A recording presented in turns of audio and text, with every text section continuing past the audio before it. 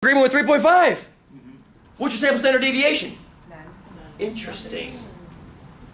Interesting. Let's come back to that. Let's come back. Mon, go ahead. Hold that thought. Hold that thought. There still has to be variation because the date is different. But hold that thought, if you would. I want to hit one of those things at a time. Okay? One of those things at a time. First of all. Well, one of the deviations is like 1.7. Good. Hold that thought too. All right. Hold that thought too, Cass.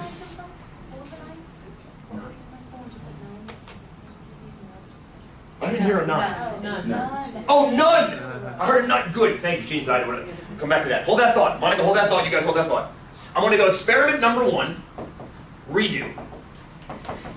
Actually, restat. We'll do a restat. I'm going to call it stat in quotes. You'll see why I'm putting stat in quotes here real quick. I'm going to calculate that average by hand, not using your machines, to see why you get 3.5. Okay, I want to actually do the weighted average calculation. I'm going to do this a couple times as we go through relearning this, because it's not going to hurt us to see it again. So to find the average number of pips that we see, in order to do that, back in the day, we'd have to do, you remember this formula?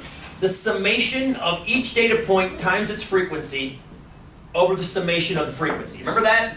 This has been a while since I made you calculate this by hand. There's a good reason for that, because it's a pain in the butt. Nobody wants to do it anymore. But the thing is, we have to revisit this, because now we have to change it so it matches our new distribution. Right? We have to kind of change our symbol a little bit. So let's change it. Summation is still summation. X is still X. That's still standing for a data point. What's F? Yes, the frequency is now a relative frequency, a percentage of occurrence. So that's going to be summation of x times p of x. Does that make sense? I'm substituting out L2, which used to be frequency, with my new version of L2, which I'm calling probabilities. That's all I'm doing. Quick little shell game, if you will. Not really a shell game. Shell game has a trick to it. There's no trick. It's just a difference in definition. Fair? Decent? Now I've got to divide that also by the summation of the probabilities. Yes? Yeah. Now that looks hellish. Carly? Well, isn't the sum of p of x 1? Say that nice and loud for the home audience. The probability totals to 100%, so... Will it always? The sum of p of x is going to be 1. Will it always? If you have... Well, yeah. No. Yeah. Say that's brave. Yes. Yes! Here's the deal. If you set up your distribution correctly, and you've analyzed every possible outcome of your experiment, and you've put the corresponding probabilities next to it, it has to sum to 100%, doesn't it? Now, look at the corollary to this. Remember how we were over there counting up frequencies?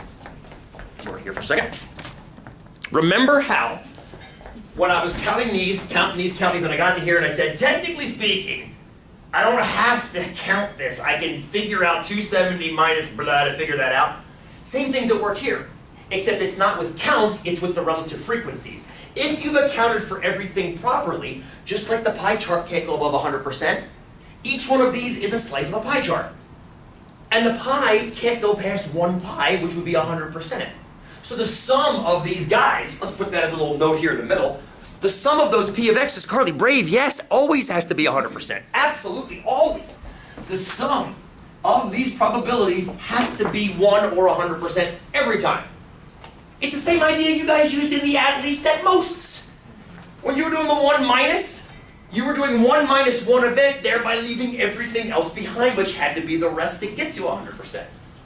So this formula is about to look a lot nicer, isn't it? That bottom denominator, we can just take it away, because it's equal to 1. Why divide by 1? That seems like a waste.